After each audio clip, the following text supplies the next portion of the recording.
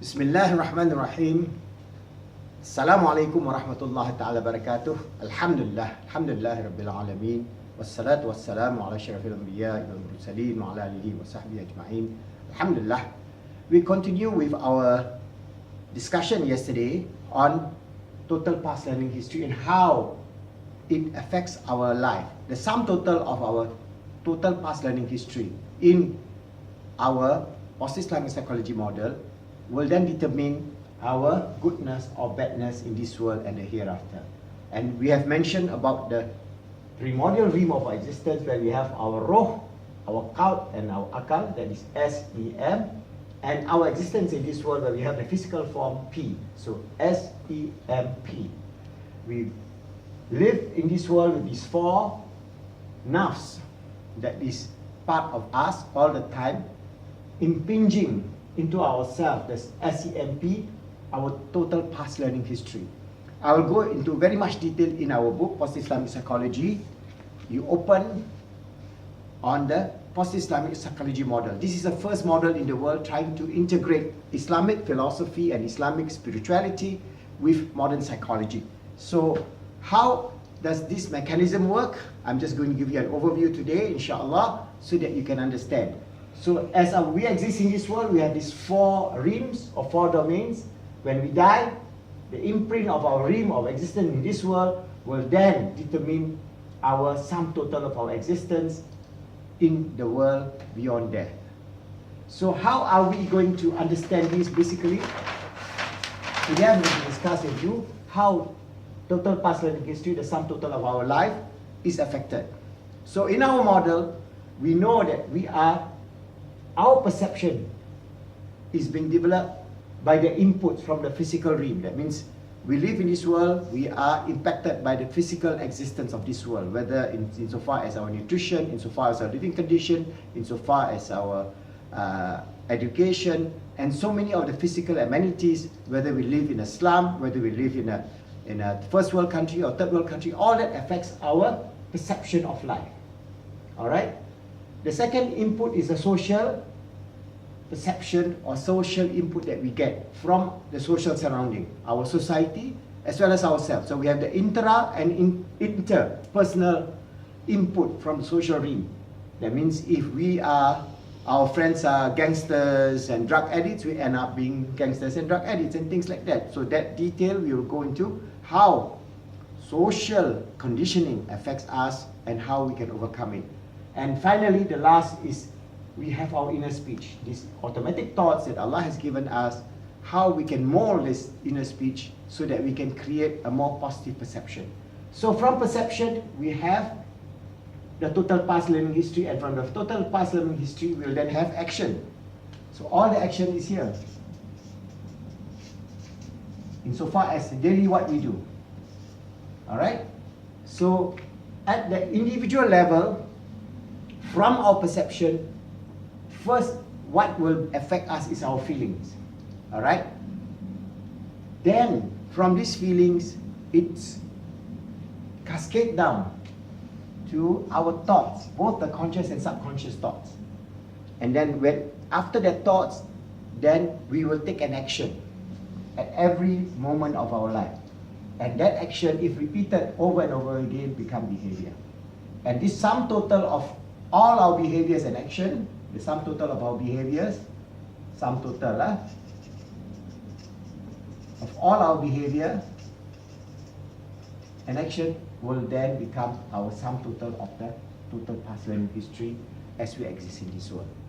So it is a little bit difficult to understand, but I'm going to simplify it as much as I can so that inshallah, when you understand this, then you understand that you have a mechanism of overcoming your difficulties and your negativity in this world and the current situation that you are in, whether you are in a rut insofar as your personal life is concerned, or whether you are having failures in terms of your business, or whether you are having problems with your family or in your marriage and so on. There's so many things that confront us every day. So that sum total of those things that confront us every day is what we call the total past learning history. But it's always related back to perception. So if you go backward, Alright? Our total past learning history is always dependent on our perception. So how we form our perception is the key to self-correction, is the key to becoming an achiever, is the key to overcome our conditioning and our problems in this world. You can grow up in a slum. Alhamdulillah, I was growing up in a slum. I was a slum kid with a lot of friends who are also slum kids, and we enjoy life just like any other slum kids. We didn't think about tomorrow. We just go around doing things that any slum kid would do. But we had no desire for education. It's just like, you know, doing things, small theft or stealing things or doing some nuisance on the road and so on. And that is typical of any slum anywhere in the world. Children would have no vision and no mission in life and just left about running the streets. But alhamdulillah, fortunately, my parents are very, very dedicated to the need for education. So I was sent to school, I was sent to the madrasah. So I have less time to fool around.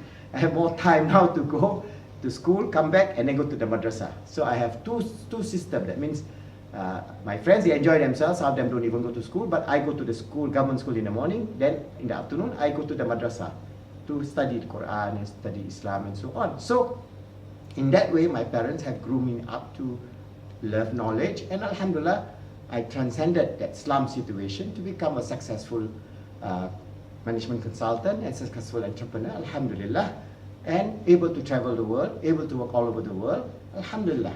So what is important is for us to know that whatever your circumstances in, I'm telling you my story so that you can understand that the physical environment that you are in, if we take the physical environment, the social environment, the inner speech, if we put it in percentage form of the chance of success in you overcoming those things, I would rate it this way. Just Professor Mahdi Jenkins, who formulated this positive Islamic psychology model in his lifetime before he passed on about 8 years ago, he personally feels that we can transcend our physical deficiencies. That means if we live in a slum or we live in deprivation, we can transcend it, all right, by using inner speech. Putting your will power as given by Allah subhanahu wa ta'ala to good work. So the social and interpersonal input also will affect you. So in terms of percentage, roughly, I would say it is like 60% inner speech, 60% will be inner speech, input from inner speech that affects you. About 20% would be from social, and 20% from the physical realm. So you can see that if you concentrate on your inner speech, then you can change your perception. You can change your feelings, your thoughts, conscious and subconscious mind.